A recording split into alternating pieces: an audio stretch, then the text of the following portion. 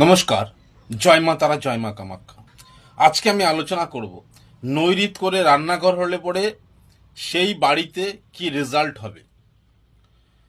তো নৈরিত করে রান্নাঘর হলে পরে সেই বাড়িতে কি ফল ভোগ করতে হবে, এই সম্পর্কে বিস্তারিত আলোচনা করার আগে আমি আপনাদেরকে বলবো ভিডিওটি সম্পূর্ণরূপে শুনুন। দেখুন আপনার বাড়ির নৈরিত কোণে রান্নাঘর আছে কিনা। রান্নাঘর থাকে সবসময় অগ্নিকোণে কিংবা দক্ষিণ দিকে। বাড়ির অগ্নিকোণে কিংবা দক্ষিণ দিকে রান্নাঘর থাকলে রান্নাঘরটা উপযুক্ত হয়। কিন্তু যদি নৈরিত কোণে রান্নাঘর থাকে তাহলে কি ফল হবে, এই সম্পর্কে আলোচনা করব। তো এই সম্পর্কে আলোচনা করার আগে আপনাদের কাছে আমার অনুরোধ, আমার ভিডিওটি যদি আপনাদের ভালো লেগে থাকে তাহলে আপনারা অবশ্যই ভিডিওটিতে লাইক, কমেন্ট এবং শেয়ার করবেন। আর ফেসবুক লাইক, কমেন্ট, শেয়ার করবেন।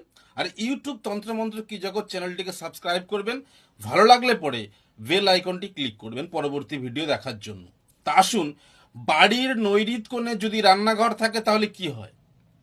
বাড়ির নৈরিত কোণে যদি রান্নাঘর থাকে তাহলে সেই বাড়িতে স্বামী স্ত্রীর সঙ্গে সর্বদা ঝামেলা লেগে থাকে, ঝগড়া হয়।